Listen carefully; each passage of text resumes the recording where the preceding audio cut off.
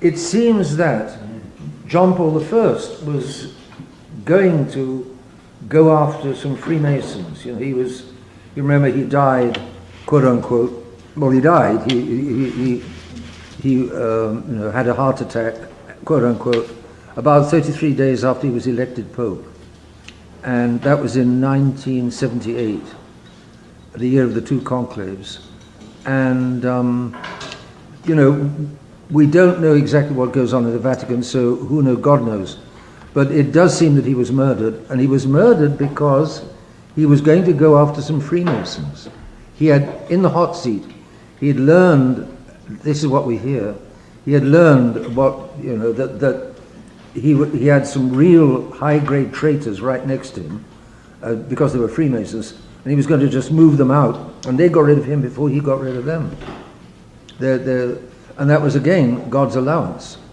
God could easily have stopped the poison, in his nightcap poison, whatever it was, from having its effect, if the world had deserved it. The world didn't deserve even a John Paul I, who wasn't ideal, but it looks as though he was going to do something decent, or try to do something decent. The world didn't deserve him, so we got John Paul II instead, which is about as much as we could take, as the world could take.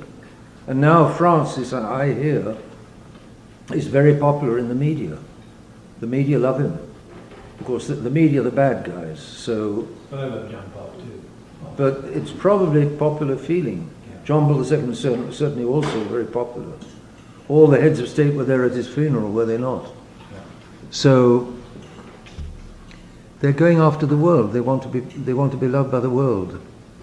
But you know, the church has had some terrible popes. I do recommend. I've been writing about it. That book, Plot Against the Church, by Maurice Pinay, P-I-N-A-Y. It's very good. It's the story of the persecution of the church by the Jews for 2,000 years. And it makes a tremendous lot of sense. And there you see, there was a pope in the Middle Ages called Anacletus II, who I think was finally decreed to be an anti-pope. I can't remember. But he was terrible. He was Jewish, and he was going to turn the church over to the Jews, just like today. I was in Poland a few weeks ago, and they tell me there that all of the bishops are Jewish. I don't know if that's exactly true. Jewish or Judeophile, I don't know. But that's the effect of John Paul II. John Paul II had a Jewish mother. And for the Jews, if you have a Jewish mother, you are a Jew. If you have only a Jewish father, you're not necessarily a Jew. You've got Jewish blood, but you're not necessarily a Jew.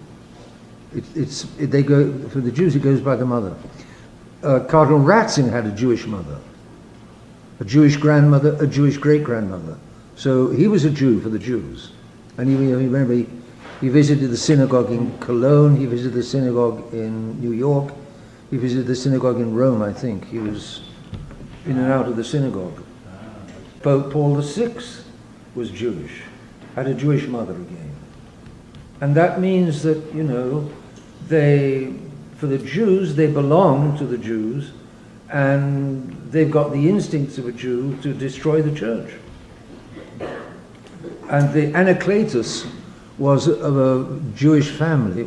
He made himself, he was very able, made himself popular inside the church and gained all power and was going to devastate the church. But in the Middle Ages, they had two great saints at that moment.